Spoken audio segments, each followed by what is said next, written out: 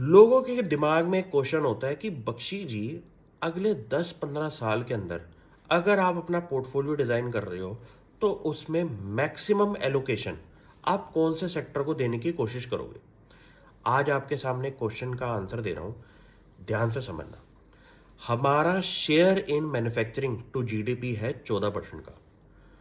अगर ये नंबर 25% हो गया ना, तो आप ये समझ लो इंडिया एक ऐसे लेवल पे जाके खड़ा हो जाएगा जहां पे अनस्टॉपेबल फोर्स है हम।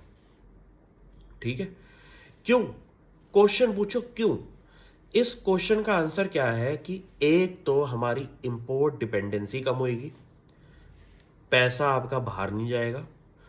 दूसरी चीज, गवर्नमेंट ऑफ इंडिया का बर्डन, जो ये कैश प्रोवाइड करना पड़ता है, सब्सिडीज प्रोवाइड करनी पड़ती है, एम्प्लॉयमेंट जनरेशन प्रोग्राम्स करने पड़ते हैं, उसका खर्चा बचेगा।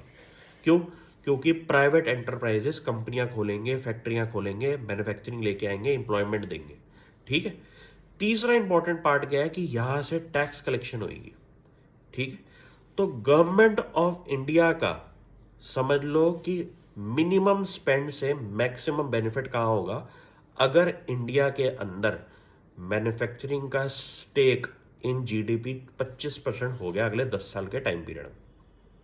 और पोर्टफोलियो के अंदर आपको क्या करना है, कोई कंपनी मैन्युफैक्चरिंग सेक्टर से है, कुछ भी हो, इलेक्ट्रॉनिक्स मैन्युफैक्चरिंग हो, टेक्सटाइल मैन्युफैक्चरिंग हो, आपके सैनिटरी वेयर के प्रोडक्ट्स हो, कुछ भी हो, टीवी मैन्युफैक्चर कर रहे हो, कुछ भी मैन्युफैक्चर कर रहे हो, कपड़ा मैन्युफैक्चर कर रहे हो, लेकिन मैन्युफैक्चरिंग सेक्टर से होगा तो उसका बेनिफिट आएगा।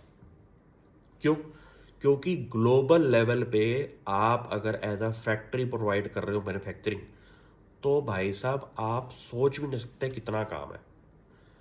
ये है मेरी biggest bet on my portfolio.